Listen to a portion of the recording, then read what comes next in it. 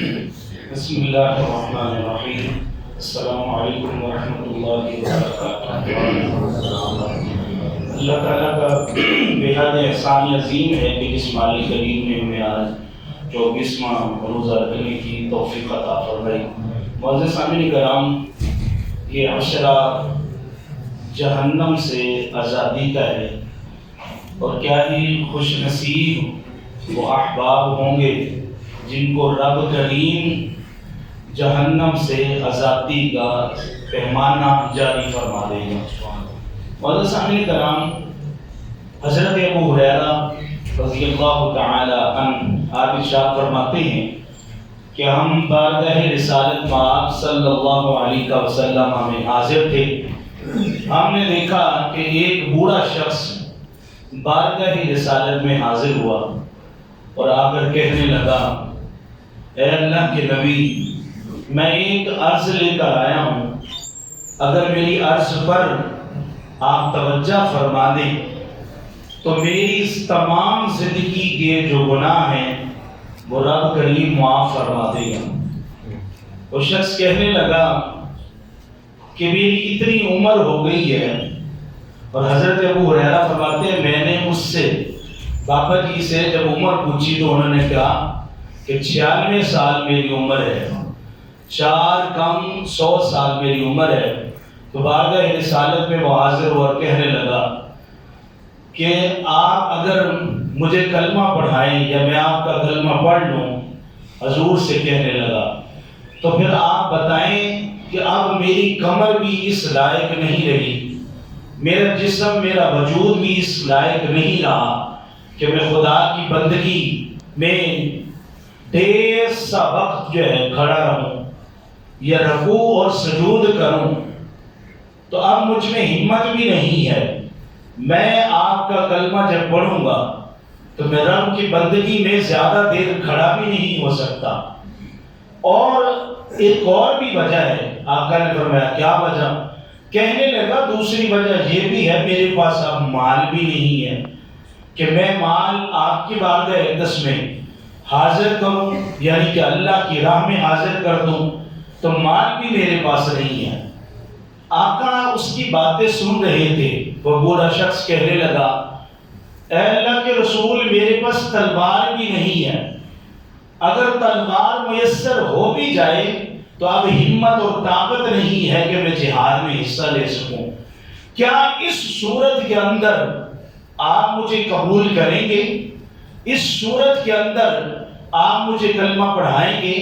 یا اس صورت کے اندر رب کریم مجھے قبول فرمائے گا؟ پیارے آقا علیہ الصلوۃ والسلام نے ارشاد فرمایا، رب کو تمہارے سجود قیام کی ضرورت نہیں ہے. جو بندہ قیام کرتا ہے، رکوع اور سجود کرتا ہے، وہ دراصل اپنے ہی فائدے کے لیے کرتا ہے. رب کے سامنے جو جھکتا ہے اس کا اپنا ہی فائدہ ہوتا ہے. اگر وہ رب کے سامنے جھکتا نہیں ہے تو رب کو کوئی فرق نہیں پڑتا. پھر ارشاد فرمایا، رب کریم کو تمہارے مال کی بھی ضرورت نہیں ہے کہ تم مال اللہ کی بارگاہ اقدس میں تو حاضر کرے گا تو پھر رب کریم کے خزانوں میں بڑھاوا ہو جائے گا. اللہ کو تیرے خزانے میں تیری ضرورت ہی نہیں ہے مال کی. تو وہ شخص کہنے لگا تو پھر بتائیے کہ جہاد کی بات کہاں رہی؟ تو پیارے آقا علیہ الصلوۃ والسلام نے ارشاد فرمایا، اب تمہارے جہاد کی بھی ضرورت نہیں رہی، تمہارا جسم نڈال ہو چکا ہے. بس آقا نے یہ ارشاد فرمایا، کلمہ پڑھو، دار اسلام کے اندر داخل ہو جاؤ.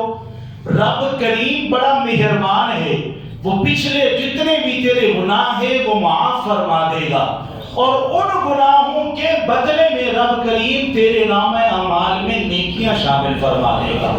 حضرت ابو ہریرہ فرماتے ہیں ہم نے اس شخص کے چہرے پر جو خوشی دیکھی وہ قابل دید خوشی تھی کہ بارگاہ رسالت مآب میں حاضر ہوا تو خالی لوٹ کر نہ جا رہا تھا وہ شخص. پھر پیارے آقا علیہ الصلوۃ والسلام نے صحابہ کرام کو ایک واقعہ سناتے ہوئے مسکرا پڑے. فرمایا، صحابہ، کل بروز قیامت ہوگا اور اللہ تعالیٰ کی بارگاہ اقدس میں ایک شخص حاضر کیا جائے گا، فرشتے لے کر آئیں گے، رب کریم اس بندے کو کہے گا اپنے نامہ اعمال پر نظر رکھو اور دیکھو کہ تمہارے نامہ اعمال کے اندر کتنی نیکیاں ہیں اور کتنے گناہ ہیں۔ وہ اپنے گناہ جو چھوٹے چھوٹے اس نے کیے ہوں گے ان پر نظر دوڑائے گا اور کہے گا مالک یہ بھی گناہ میں نے کیا ہے، یہ بھی کیا ہے۔ چھوٹے چھوٹے گناہ دیکھ کے رب کریم کے سامنے اظہار کر رہا ہوگا۔ رب تعالیٰ، حضور فرماتے ہیں رب تعالیٰ اپنی شان کے مطابق مسکرائے گا اور رب تعالیٰ اس بندے کو یہ کہے گا کہ جتنے یہ تمہارے گناہ ہیں نا چھوٹے چھوٹے، فرشتوں کو اللہ کہے گا فرشتوں ان چھوٹے گناہوں کو سب کو مٹا کر اس کے بدلے میں اس کو نیکیاں عطا فرما دو۔ پھر وہ بندہ کہے گا مالک اس سے بڑے بھی گناہ ہیں میرے یہ بھی گناہ ہیں، یہ بھی ہیں، میں نے جن گناہوں سے بھی پردہ نہیں اٹھایا وہ بھی موجود ہیں۔ رب کریم اپنی شان کے مطابق مسکرائے گا۔ رب تو جانتا ہے ہر بات، بس رب اپنے بندے سے اقرار کروانا چاہتا ہے۔ رب تعالیٰ اپنے بندے سے اقرار کروانا چاہتا ہے میرا بندہ میرے سامنے اپنے گناہ کا اقرار کرے، اظہار کرے، روئے اور مجھے کہے مالک تو ہی تو میرا مالک ہے، تو ہی مجھے عزتیں عطا فرمانے والا ہے، تو نے ہی مجھے رزق کہ فراوانی عطا فرمائی، تو نے ہی مجھے اولاد جیسی نعمت سے سرفراز فرمایا، تو نے ہی مجھے گھر دولت مند دھن سب کچھ دیا۔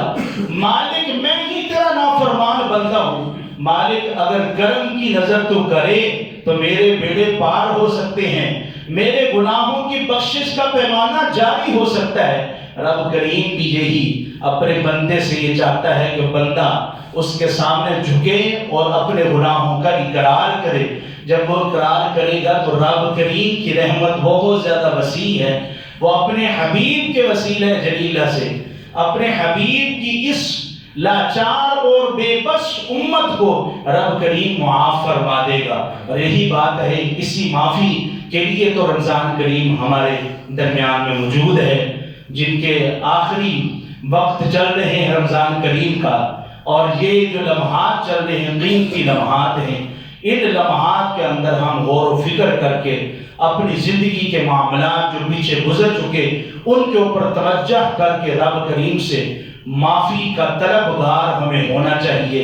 کوئی شک نہیں کہ رب تعالیٰ معاف فرمانے والا ہے۔ اللہ تعالیٰ اپنے حبیب کے وسیلہ جلیلہ سے ہمارے سارے گناہوں کو معاف فرما کر ہمیں جہنم سے آزادی کا پیمانہ جاری فرما دے گا۔ بسم اللہ الرحمن